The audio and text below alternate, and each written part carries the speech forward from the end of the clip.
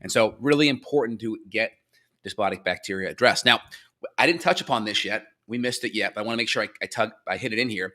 Low thyroid can play a major role with motility. So thyroid hormone does play a role with that, stimulating that migrating motor complex. So if we have a thyroid issue where we have low T3, low T4, elevated TSH, maybe we're not converting. Most thyroid issues are Hashimoto. So guess what? We know that's immune based, right? That means your immune system is attacking the thyroid. So you can lose function of those follicles from producing hormone. And so most thyroid autoimmune conditions, guess what? They start in the gut. So you can see a gut issue can actually increase your chance of an autoimmune problem due to gut permeability, due to zonulin, due to this whole leaky gut, gastrointestinal permeability thing. That thing can feed back. It can tag a lot of the thyroid tissues because gluten and casein and a lot of these foods look similar. And also bacteria like H. pylori and blasto in Yersinia can look similar. That triggers the immune response to start going after these proteins here, these surface proteins, and they can attack the tissue, which can lower thyroid hormone, which can then decrease thyroid output, and that can decrease motility. So you can see when you go in to your MD for a 5-minute appointment about constipation, and they're just like, here's some Miralax, you can see how totally incomplete this is in regards to getting to the root cause or having a long-term plan of attack to fix the underlying issues. And it's not one issue. It's 5 or 6 or 7 or 8 issues. And this is why functional medicine does not perform well in clinical trials, because when you do a study, it's double blind. There has to be one variable that you control. We're controlling 10, 15 variables. I don't have time to just say, hey, take some magnesium or just pull this one food out.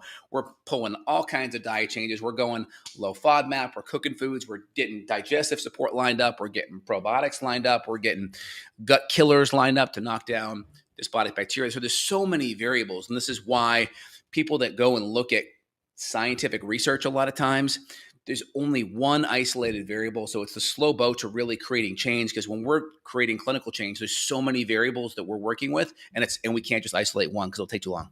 Yeah, well said. I actually had a girl that came into the clinic last week. She was 13 years old. She's already dealing with weight issues, and her TPO antibodies are off the chart. So 13 years old with Hashimoto's. We did find klebsiella on the stool test. She had other bacterial issues as well. So this is not just a problem affecting women 40 and up. I mean, we're seeing this in female teenagers all the time. Unfortunately, I've even seen it in girls under the age of 10 that are already dealing with motility and thyroid and autoimmune problems. So this is becoming a much bigger problem for the youth. If you look at the statistics, even from the CDC, which, whatever you feel about them, but they have statistics on childhood illness and chronic illness in children, and it's becoming massive. I mean, it is literally a hockey stick where now, the numbers, they're looking worse, but at some point in the near future, it'll be half of all children will have some level of chronic illness. And so this is really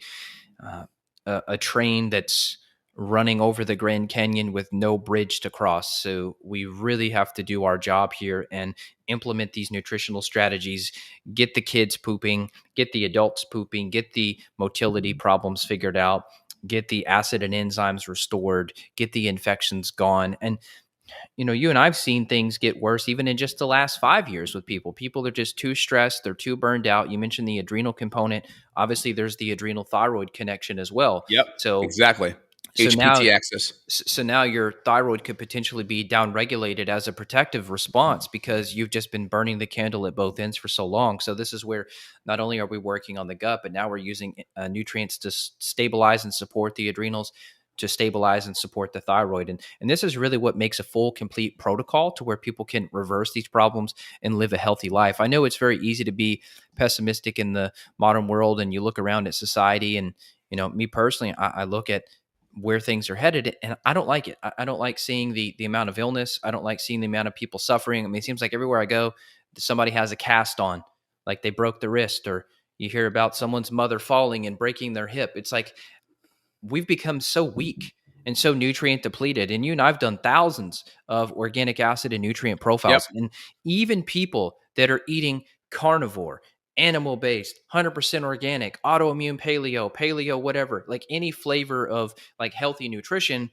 those people still have nutrient deficiencies and issues. So don't think that you can eat your way out of this. I really, really want to hit that because, on social media now, there's so many people talking nutrition, nutrition, nutrition. Like it's so popular now where someone's standing in the grocery aisle and they're like, don't eat this, or this is bad because this, and look at this ingredient. It's like you can hyper focus on all the friggin' nutrition stuff you want and still not fix these issues right here. Yep.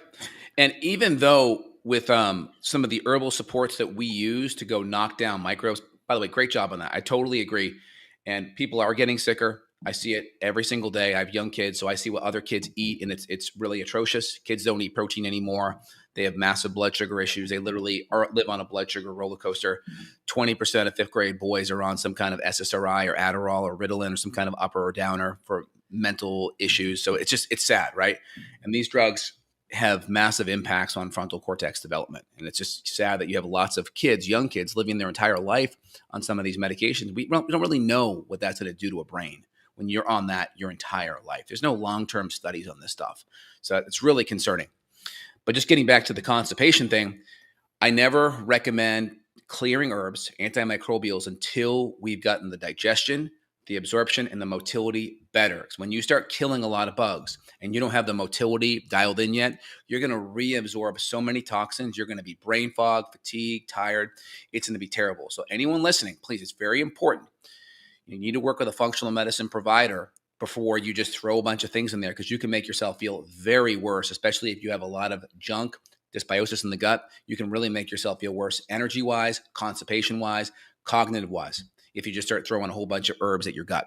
Yeah, well, it's become more common now, like this idea of like a parasite cleanse. It's become kind of trendy in the sense that people just go and they buy these kind of pre-boxed kits, and it's 4, 5, 6 different things, and they take it, and then they come to us later and they're like, hey, that flared up my skin. Now I can't sleep. I have insomnia now. Now I have all this anxiety. What do I do? And it's like, well, did you do any labs? Do you even have a clue what you're going after? Do you even know you have parasites? No, but they said during a full moon this and that, and Yeah, and I that know. sounded like me. And so there's people out there that are kind of shooing away or poo-pooing this idea of getting clinical data, and I think it's a mistake. And my story, and I've told it many times, just about my gut and how I had various infections. And if I wouldn't have run labs, I wouldn't have had a clue. And I was taking oregano and other things to try to like spot treat, but I didn't have the full picture, and therefore I didn't have the full plan to get better. Exactly. And that's why it's really easy to be like, oh, I'm going to just take some magnesium oxide or some triphala to help my motility. But are you improving your digestion? Are you improving your absorption? Is your tissue, your gastric tissue or intestinal tissue inflamed? Do you have elevated calprotectin or eosinophilic protein? Do you have immune mucosal barrier weakness? Right? Are you having reflux? All these things. Are your adrenals beaten up? Because we know we can just go and beat up the gut and knock down microbes, but if that HPA axis, that adrenal axis, that parasympathetic nervous system response is depleted, it's going to be hard, right? You're going to have a lot of relapse because your nervous system is so sensitive, increase of food allergens and allergens in the environment. So you really got to look at things holistically. So you want to look at your hormones. You want to look at digestion and your ability to break foods down. You want to look at your gut lining integrity. Then we may look at herbs and nutrients to help with the gut lining. Any of my patients listening, I put a lot of ginger tea into the protocol with Manuka honey because that's very helpful for gut lining integrity. It's a mild antibacterial, and ginger is a wonderful prokinetic. So when I look at studies, I'm like, ooh, ginger is shown to be better than other pharmaceutical prokinetics to help with motility. Interesting. I'm going to make that part of my protocol, right? So I'll take research on different nutrients or herbs or microbes, and I'll be like, oh, I'm going to plug that into this comprehensive program. So that's kind of how I look at research. I take a small piece and I plug it in, but there's not going to be research that gives you the program. You take one piece of that and then you can plug it into your program. Yeah, well said. If people haven't gotten data, or if your data is outdated, I had a woman yesterday. So, we do these free intro calls with people. We talk to them about their issues, see if we can help. I had a woman yesterday and she's like, yeah, I ran a stool test in 2014. Can we use that? So for folks listening, we're in 2023, almost 2024. You're talking almost a decade ago. She had a stool test and she wanted to use that. So the answer would be no. I mean, if there's something crazy there that you want to show me, maybe sure, I'll take a look. But in general, even in short as 6-month time period, we can see a totally different picture when it comes to Yep. microbes in the gut, infections, gut inflammation, etc. So I think it's really wise, if you haven't already, get some recent labs run. Let us Yes. help you walk Yep. through those, and we'll make a plan to get your life back. This is going to change